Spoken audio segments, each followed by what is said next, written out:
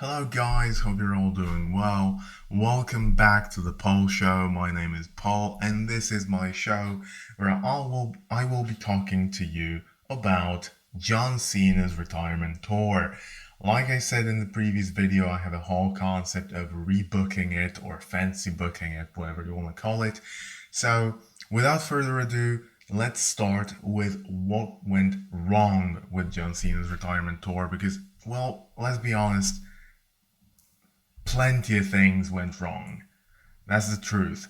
And in my opinion, the first thing, the most important thing that went wrong is they limited the number of appearances from Cena when they didn't need to.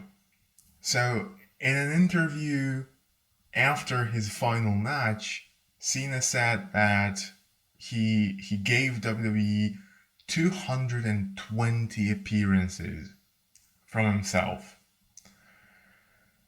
He was going to commit fully to his final year, be a full-time active roster member for a full year, to basically be able to say goodbye to everyone, etc.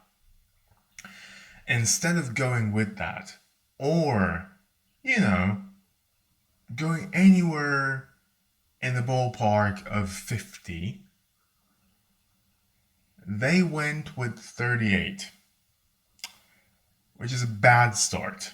It's a bad start because he's the biggest star in your company by far. He's retiring, and you want to celebrate his career. So you will want to have a lot of dream matches, a lot of one less times, Cena and Miz, Cena and Truth, Cena and Rollins, Cena and Orton, Cena and Punk, and the list goes on. Cena and Lesnar, right? Some of those matches did happen, but let's be honest, we'd love to see Cena come up against some NXT talent. Cody versus Obafemi was great, but John Cena versus Obafemi?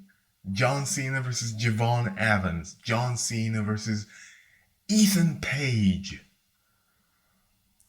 For example, and many, many, many more you could cram into this run.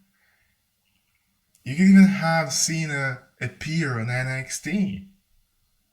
That would have boosted the ratings, that would have boosted the entire show as a thing. But yeah, they didn't do it. And they limited themselves to 38. I believe it was 38. Could have been 36. Didn't check it. Couldn't care less.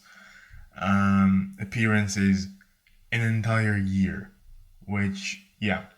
And on top of that, they, again, by default, Cena was a part-timer, even though he was ready to commit to a full-time schedule. So they still gave their main title, their main event title, to a part-timer. One could argue that Cody Rhodes is a part-timer as well, because he doesn't compete regularly. He just holds the title hostage and competes on premium live events, not even all of them. But that's just the way they want to operate with their main event guys nowadays. That's fine, as long as they appear on every show, every weekly episode, and they appear in a segment or something. It's cool. But yeah, let's focus back on Cena. So we want to achieve a couple of things with this run. We want to flesh out that Cena is retiring. We want to give him these two final crown jewels, if you will, the Intercontinental title to make him the Grand Slam champion, and his 17th world title to make him the record holder. And also, preferably, we want to turn him heel for a while because the fans have been wanting to see John Cena turn heel so badly. His final year isn't the best time to do it because you want the fans to remember him as the good guy. And if you mess this heel turn up, it's gonna stink even worse. And they messed it up, and it stank pretty badly. So, yeah, you can still do that, but you have to make sure that it's good. The execution, the reasoning behind it, the storytelling, the narrative, everything needs to be spot on. So, with that in mind, let me have a go. Okay, so first of all, I'm not going to adhere to the 38 appearances limit. I'm going to use Cena for as much as I want, which will basically be in the region of 50 appearances because there's no need to book him for the house shows. You only need him for TV. And the premium live events, of course. So, let's start at the Royal Rumble. Cena, of course, competes in the Royal Rumble match. In the real life, he was in the final two with Jey Uso and he lost the match. In my version, he's not going to be in the final two. He's going to be in the final three with Jey Uso and Sami Zayn. And he's going to be eliminated by Jey Uso with a match eventually being won by Sami Zayn after an interference from The Rock, who initially sides with Jey, but then turns on Jey, which leads to The Rock versus Jey Uso at WrestleMania and Sami Zayn versus Gunther for the world title at WrestleMania as well. Which doesn't really concern John Cena, but I wanted to get this out of the way. I will also be making videos about fancy booking the entire WrestleMania card. So, yeah, that's something to look forward to, if that's your thing. Now, back to Cena. He obviously didn't get the title match through the Royal Rumble, so he wants to qualify to Elimination Chamber. So he competes in a qualifying match against Seth Rollins. He loses this match. There are 5 qualification matches in total, and the losers of these 5 matches will compete in a last chance fatal 5-way match to qualify for the final spot in the chamber. So Cena goes up against Sheamus, AJ Styles, Finn Balor, and for lack of a better idea, Karrion Kross, because I love Karrion Kross. I know some people don't. Whatever, he's not winning either way. So the key point is Cena is not winning this match either.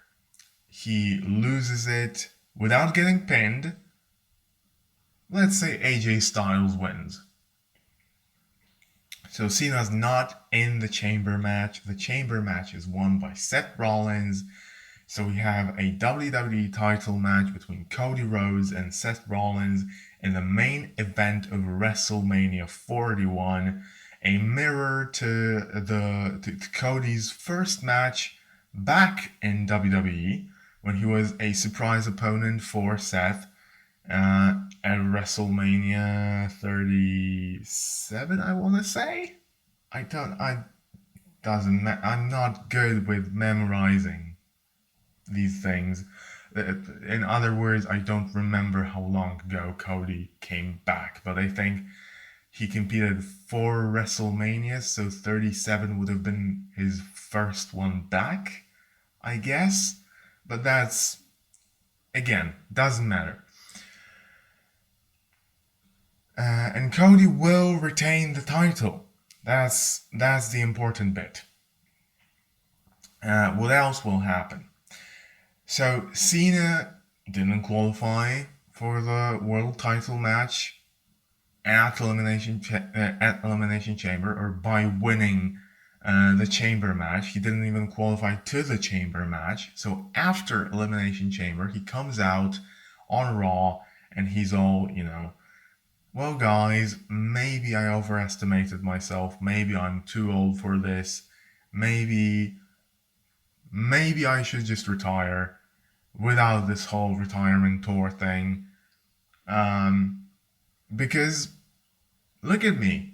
I might not even be on the WrestleMania card. I might not have a match for WrestleMania. This is poor. And then Braun Breaker comes out. And Braun Breaker comes out because he is the Intercontinental Champion. Remember, he went into WrestleMania as the Intercontinental Champion, and he lost the title in a multi-man match, in a fatal 4-way match. In this reality, in my version of the story, he comes out to mock Cena, to make fun of Cena for being an old guy, and to encourage him to, retire, give time to younger guys. And Cena looks at Braun, he looks at the title over his shoulder, and he's like, you have something I want. And to be quite honest with you, at your age, I was already a world champion. So what are you doing here? What are you doing trying to poke a bear? Like, I could genuinely squash you. Like, I still have enough fuel in my tank to destroy you without breaking a sweat. Like, properly decimate Braun on the mic. Cause a brawl, Braun wins the brawl, and it leads to Braun Breaker versus John Cena. It wasn't a perfectly booked segment. Let's be honest, I was just riffing. But the general idea is, like, Braun cuts a promo on Cena, on him being old, etc. And Cena mentions that he'd already won his first world title by Braun Breaker's current age. So Braun was 26 at the time. Cena won his first world title when he was 26. So kind of provoking Braun. And so we have a match for the Intercontinental title between Braun Breaker and John Cena at WrestleMania. And Cena didn't turn heel and won't for a while. And Cena wins this match and becomes the Intercontinental Champion. And this, of course, this frees up Braun Breaker's calendar to become a part of the Vision, to do the Vision things. Meanwhile, Cena focuses on defending the Intercontinental title. And that gives us the ability to have those dream matches. He, of course, carries out an open challenge every single week on Raw. Cena comes out with an open challenge. And some guys from NXT appear. Some guys from Cena's past, the Dolph Zigglers, you know, the Miz can challenge him to have that blow off to their years long rivalry. Sort of another final chapter in the story of The Miz versus John Cena. Which is also quite poetic because Cena was Miz's first singles feud after he broke up with John Morrison, and now it's Cena's final year in the company, and The Miz would be one of his opponents. That would be quite poetic, if you ask me. Anyways, Cena retains the title for a few weeks. Then, 3 weeks before Money in the Bank, Rey Mysterio comes out to answer the open challenge, and Cena retains the title. But then the following week, 2 weeks before Money in the Bank, Dominic Mysterio challenges John Cena for the Intercontinental title, and Dominic Mysterio, the man who in real life won the title from Braun Breaker at WrestleMania in a fatal 4-way match, he wins the title 2 weeks before Money in the Bank from John Cena. And he can do it. He can win it clean. He can win it by interference from Finn Balor, JD McDonough, Liv Morgan, all three of them. Doesn't matter. Right? Either way, the point is Ray couldn't do it, Dom could. That's important. Not for Cena's retirement thing, but in general, it's important to clarify that Dom Mysterio is now the best Mysterio, or at least to create this idea that he is. So Cena loses the title 1 week away from Money in the Bank. He gets a chance to qualify to the Money in the Bank ladder match. He wins his qualifying match. He's in the Money in the Bank ladder match, and he wins the Money in the Bank ladder match altogether. It's also important that let's say he qualifies against LA Knight, for example. Just to have that John Cena versus LA Knight crossed off our list of dream matches. It should probably be on a bigger stage than a random episode of Raw, but you gotta do what you gotta do, right? So Cena wins, but he doesn't win it quite cleanly. He wins by a roll-up and by grabbing LA Knight's tights. So it's like it creates some buzz. Is Cena turning heel? Is he getting a bit more opportunistic, a bit more heelish, a bit more, huh? We're gonna see. So Cena wins the Money in the Bank ladder match.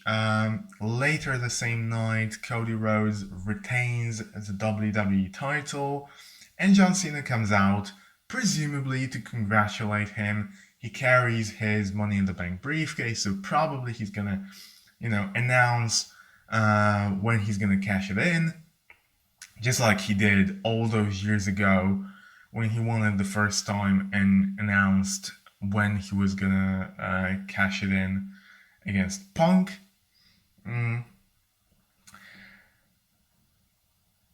So they shake hands. Cena raises Cody's arm, and then he blasts him with the briefcase across the forehead. Cody can even bleed. we all know how much he loves bleeding, so he can do that if he wants to. Um, and Cena mauls him absolutely. He batters him, and he cashes in the briefcase, and he wins the title. And the following night on Raw, Cena explains that he couldn't allow the same thing that happened all those years ago when he was Mr. Money in the Bank in 2012, I want to say. Um, he couldn't allow the same thing to happen. He couldn't allow anyone, because he knows there's plenty of people who want his spot, who want to make his final days in WWE a nightmare, who don't want to allow him to win the big one, to become the legendary John Cena, the greatest of all time. So he had to do it that way, because otherwise, if he announced the cash in ahead of time, he would have allowed other people to basically ruin his dream, ruin his retirement. So instead of doing that, he just went for it. And now it actually depends on the crowd reaction at the time of the beatdown and the cash in during Money in the Bank, because um, if people boo Cena, then we can incorporate it into the storyline, turn Cena heel completely, use basically the same things he said for his actual heel turn. So go with the toxic relationship, go with the I did what I had to do and you booed me. You wanted me to be the bad guy, now I'm the bad guy and you booed me still. This kind of thing. If they cheer, scrap the heel turn.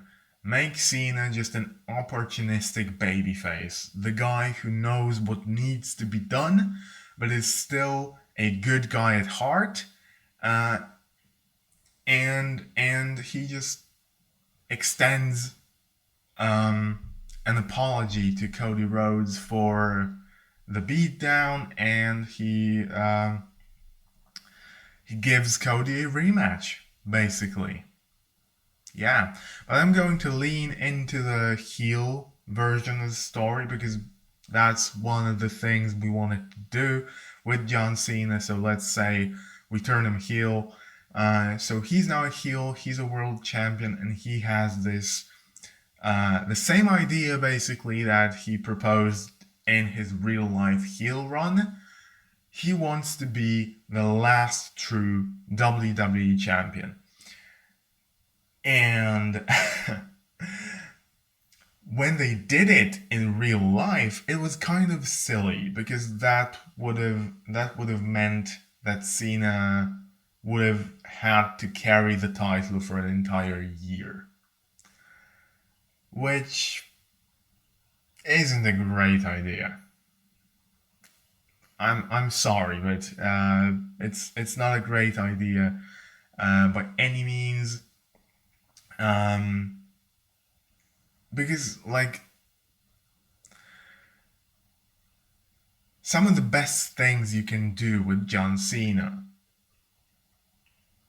are based in the open challenge idea that he promoted. You can't do that with the WWE Championship. His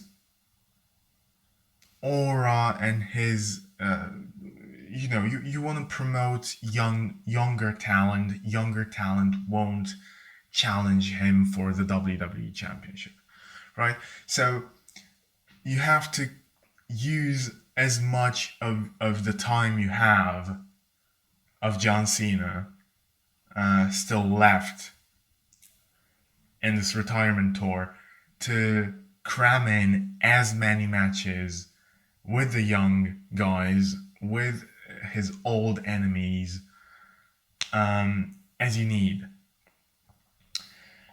And then give him the world title, give him a proper one, and do a couple of matches with Cody Rhodes, maybe a match or two with Drew McIntyre, Brock Lesnar, John Cena's first ever War Games, that sort of thing. And I kind of spoiled where I was going with it. But yeah, John Cena will replace Drew McIntyre in the War Games match as well. Before that happens, Cena will retain the title against Cody, who wins the King of the Ring. So at SummerSlam, it's Cena versus Cody. Cena wins. Cena goes on to Crown Jewel to face Seth Rollins, who's still the World Heavyweight Champion. Or well, still, who in this reality also wins the World Heavyweight Championship, although in a slightly different manner. But he still does win it.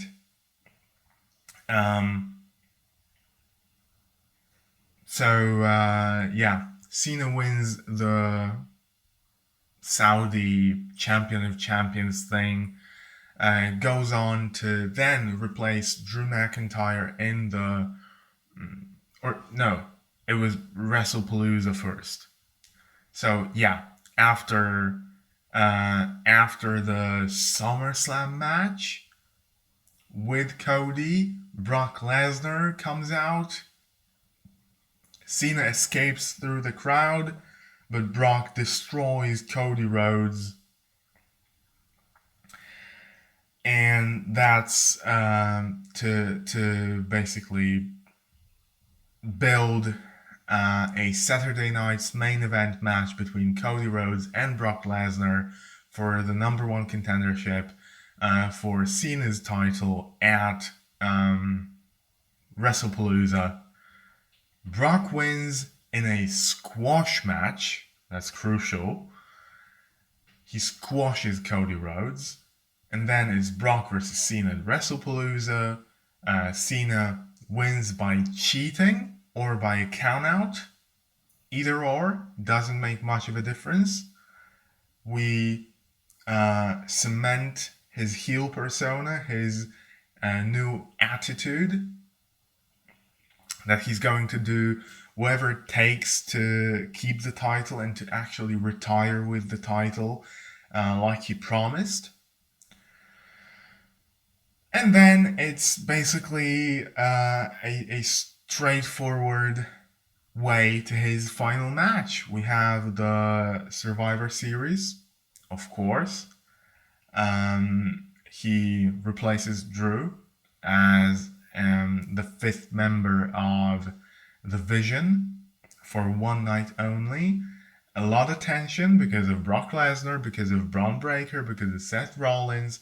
They all had something to do with Cena during this run, and Paul Heyman is sweating to try and make things to smooth things out, basically. And then, of course, the Vision wins, and not via interference from a masked man, because that was silly, that was stupid. They have Brock fucking Lesnar. So Brock fucking Lesnar destroys everyone, pins Punk, who's the World Heavyweight Champion now, and just leaves. And this is also a way to build to Brock Lesnar versus CM Punk for the World Heavyweight Championship. Basically the same thing they did with Braun Breaker, but with a better argument for Brock actually being there. Because Braun didn't beat Punk. Austin Theory beat Punk. So, yeah.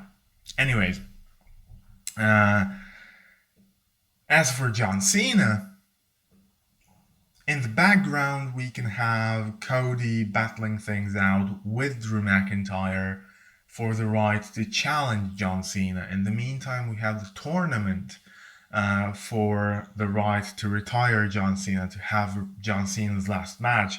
And contrary to what happened in real life, this tournament isn't won by Gunther, it's won by Braun Breaker. See? That's an opening and the ending. Good. Braun Breaker wins it. It's important that he's being built as an unstoppable force throughout the year. It's important that he looks strong, that he wins matches. So his 2025 would need to be different as well, because the way they just had him run around with Bronson Reed and be a goof, it won't hold up. Anyways, so he's challenging Cena. We can build that around, well, Braun losing his Intercontinental title to John Cena at WrestleMania, of course. And then, instead of Cody Rhodes versus Obafemi at Saturday night's main event, you have Cody Rhodes versus Drew McIntyre. And then, the stipulation is, if Cena retains the title against Braun Breaker, there will be a tournament for the WWE Championship, and the winner of the match between Cody and Drew is an automatic finalist in this tournament. If Braun Breaker beats Cena and wins the world title, then the winner of Cody Rhodes versus Drew McIntyre will be the first challenger for Braun's newly won championship at Royal Rumble. So, in the end, Cody wins LOL. Braun Breaker taps out John Cena, because if you remember, Braun also used a submission finisher in NXT before he switched to the spear. So I think that's also quite poetic. Braun would want to humiliate Cena after what he did to him at WrestleMania. So he forces him to tap out and wins the big one, wins the world title. Like a self-fulfilling prophecy. Cena told him he'd already won the world title at his age, and now Braun Breaker winning the world title a little bit later, but still at a very young age, passing of the torch, etc., etc. And then you have Cody versus Braun in Royal Rumble, another massive opportunity to put Braun over and to show just how dominant he is, and to show that he is the new face of the company. After the match between John and Braun, John can have his last final babyface moment, extend a hand to shake it with Braun, and then Braun looks at him, shakes his hand, and eats him alive. Because he is a badass. He is Braun Breaker. He can destroy anyone. So yeah, Braun Breaker murders John Cena in his last appearance in WWE. And that's the end of John Cena's in-ring career. And that's the run. And that's the thing. We built some stars using Cena's retirement tour. We built Dom Mysterio. We built a story between Dom and Rey. We built Braun Breaker.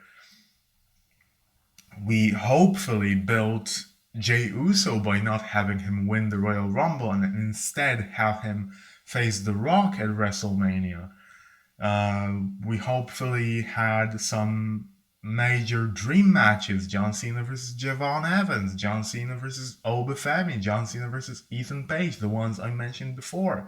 Some other John Cena versus Miles Bourne as well, and many more. The NXT has so much talent right now; it's ridiculous.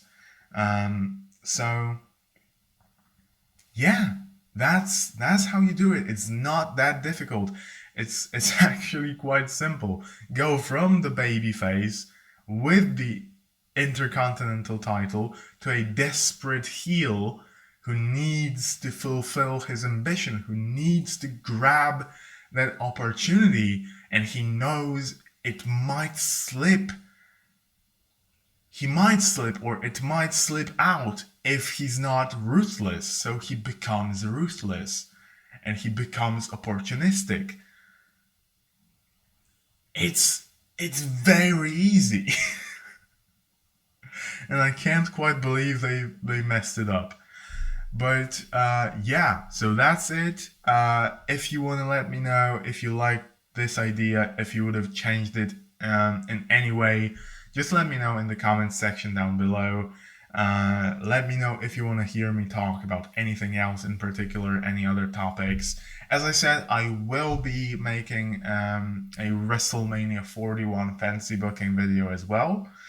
Although it might be a bit wiser to, instead of doing a whole WrestleMania fancy booking, just do a few separate videos on the stories coming into WrestleMania instead. So I will have I will think about that, and I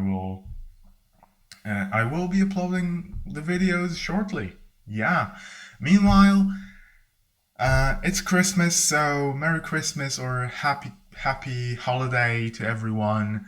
Have good time with your family and enter New Year, hopefully without too many extra pounds or kilograms, depending on where you are in the world. And yeah, Happy New Year to everyone. Have a good one. It was a pleasure talking to you. Bye.